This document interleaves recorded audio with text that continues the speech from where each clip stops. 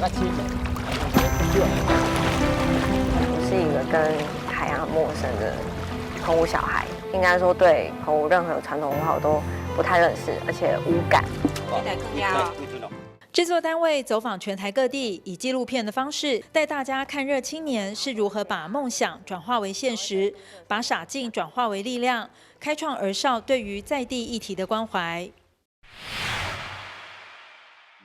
那其实大爱电视台现在面临数位转型，其实我们在4年前透过热青年这个节目，就一直以 IG、FB、YouTube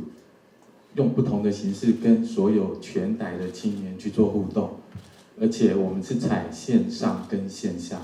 我们透过节目的播出，甚至我们每年已经连续3届都会在华山进行策展。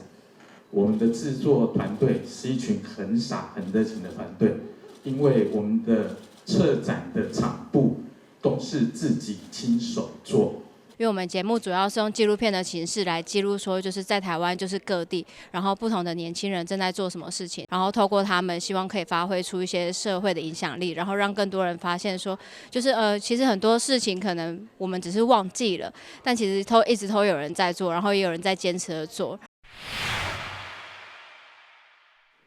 热青年希望未来能够传递很不同的观点给所有全台，就是刚才的儿少评审也是，因为这些热青年在全台各地都在发挥他们的影响力，我们希望他的影响力透过我们的平台被看见。做儿少节目来说的话，其实我们最缺乏的就是可能是在资金上面可能会真的有点不足。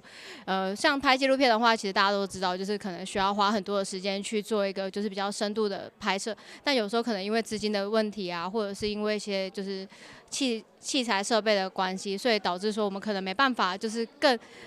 更能够把我们想要表达的东西表达出来，但我们每一次的拍摄、每一次的节目制作，都其实是尽心尽力的想要呈现出最好的给观众看。节目单位投入心血制作儿少节目，台湾媒体观察教育基金会也大力推荐优质儿少5星节目，欢迎民众踊跃收看，支持优质的儿少节目。同时，媒观也特别感谢中嘉数位股份有限公司参与赞助经费，持续支持优质的儿少节目5星奖活动，一起来关注儿少的传播权。记者陈淑平台北报道。